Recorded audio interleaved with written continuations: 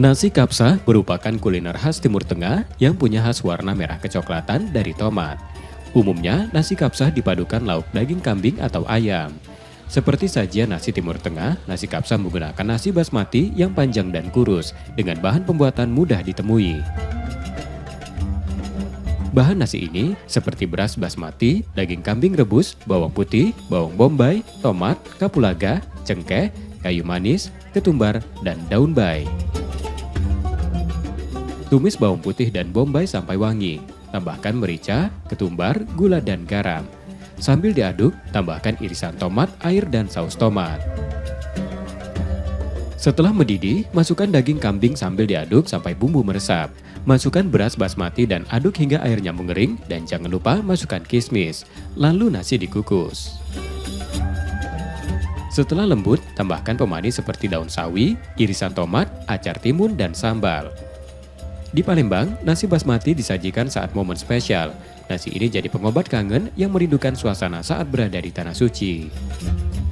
Kalau biasa acara spesial kan, maka yang disajikan juga yang spesial, yang nggak biasa gitu kan.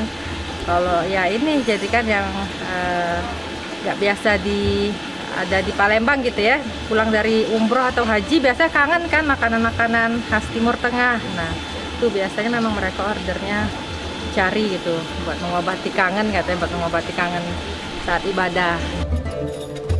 Nasi kapsa identik dengan rasa asam gurih dari tomat. Untuk rasa nasi ini memiliki ciri yang cenderung gurih, aroma cengkeh kuat, serta rasa kismis memberikan kelezatan berlapis. Tadi aku habis makan nasi kapsa pakai daging kambing yang super duper lembut banget. Rasanya gimana deh? Rasanya tuh nasinya tuh yang pasti enak banget ya. Terus dagingnya super lembut dan juicy banget. Sejak 2020 silam, kedai Alif Al-Mutabakh membuat nasi kapsa dan masakan khas Timur Tengah lainnya, seperti nasi mandi, nasi biryani, dan nasi bukhori. Tak hanya daging kambing, daging ayam, dan daging sapi dengan harga mulai Rp35.000 per porsi. Nasi ini juga bisa diperporsi nampan ukuran besar yang cocok untuk acara keluarga atau teman sejawat. M. Rizky Nurmizan, Kompas TV, Palembang, Sumatera Selatan.